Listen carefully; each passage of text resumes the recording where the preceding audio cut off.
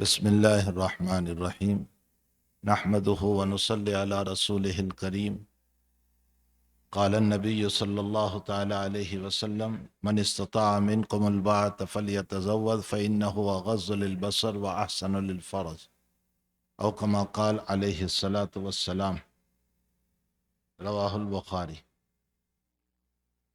بزرگان بھائی خاموش محترم، رہیے، آ جائیے۔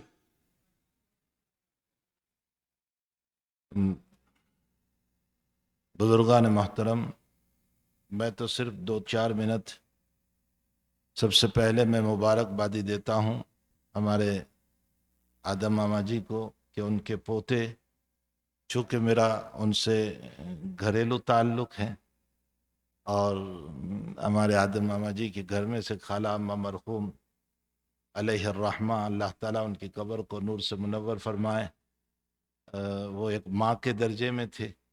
سب سے پہلے میں ان کو مبارکبادی پیش کرتا ہوں، اور ان کے بیٹے جناب سراج بھائی جن کے بیٹے کا آج نکاح ہو رہا ہے، اللہ تعالیٰ ان سب کے لیے مبارک فرمائے اور اس نکاح میں مودت محبت عطا فرمائیں، بہت پیار عطا فرمائیں۔ زندگی ہمیشہ حسن اخلاق سے چلتی ہے۔ بس ایک بات یاد رکھ لیجئے، میں نے جو حدیث پڑھی ہے اس میں نکاح کی حکمت بیان کی ہے۔ نکاح کیوں کیا جاتا ہے؟ نکاح شہوت کے لیے نہیں ہے۔ نکاح کیوں کیا جاتا ہے؟ حضور پاک صلی اللہ علیہ وسلم نے فرمایا آنکھوں کی حفاظت ہو جاتی ہے، فَإِنَّهَا أَغَضُّ لِلْبَصَرِ، آنکھوں کی حفاظت، اور نمبر 2 شرمگاہ کی حفاظت ہو جاتی۔ یہ ہے اصل نکاح کا مقصد۔ اور نکاح کرنے کے بعد بھی آنکھوں کی حفاظت نہ ہوئی، شرمگاہ کی حفاظت نہ ہوئی، تو پھر سمجھ لیں کہ نکاح کا مقصد ہی حاصل نہیں ہوا۔ یہ وقت نہیں ہے، حضرت مولانا مسیح اللہ خان صاحب رحمۃ اللہ علیہ حفظ آنکھ کے اوپر یوں فرمایا کرتے تھے کہ جب انسان بد نظری کرتا ہے، یعنی غلط جگہوں پر دیکھتا ہے جہاں نہیں دیکھنا چاہیے، فرمایا اس کا گناہ کتنا بڑا ہے۔ کتنا بڑا گناہ بیان فرمایا؟ حضرت مثال دیتے تھے کہ اگر اس آنکھ کو اللہ تعالیٰ ایک بہت بڑا پیالہ بنا دے اور اس پیالے کے اندر پیشاب ڈال دیا جائے، یعنی اس آنکھ کے پیالے میں پیشاب ڈال دو، تو اس پیشاب کے ڈالنے سے آنکھ جتنی گندی نہیں ہوتی اتنی بد نظری سے گندی ہوتی۔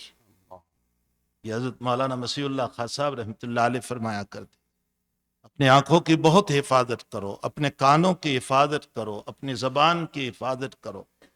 یہ فتنے کے دور میں اپنے ان اعضاء کی حفاظت کرو۔ حضور پاک صلی اللہ علیہ وسلم نے فرمایا کہ من فرج عن مسلم قربتا فرج اللہ یوم القیامت قربتا من قرب الدنیا۔ تم دنیا میں کسی مسلمان کی ایک تکلیف کو حل کرو گے، اس کو بچاؤ گے، اللہ تعالیٰ قیامت کی تکلیفوں سے حفاظت فرمائیں گے۔ کیسے اخلاق حضور پاک صلی اللہ علیہ وسلم نے بیان فرمایا۔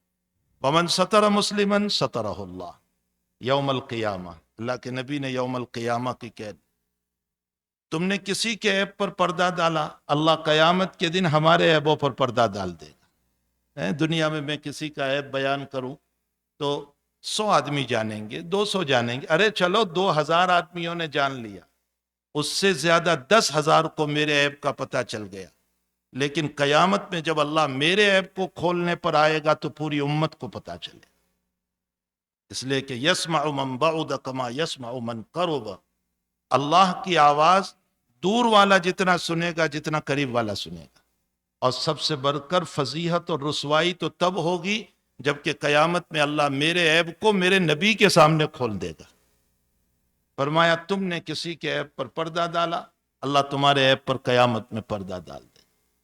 ومن کان فی حاجت اخیہ کان اللہ فی حاجتہ، اور اگر تم کسی مسلمان کے کام آ جاؤ گے، ضرورت پوری کرو گے، اس کی مدد کر دو گے، اللہ تمہاری ضرورتوں کو پورا کرے۔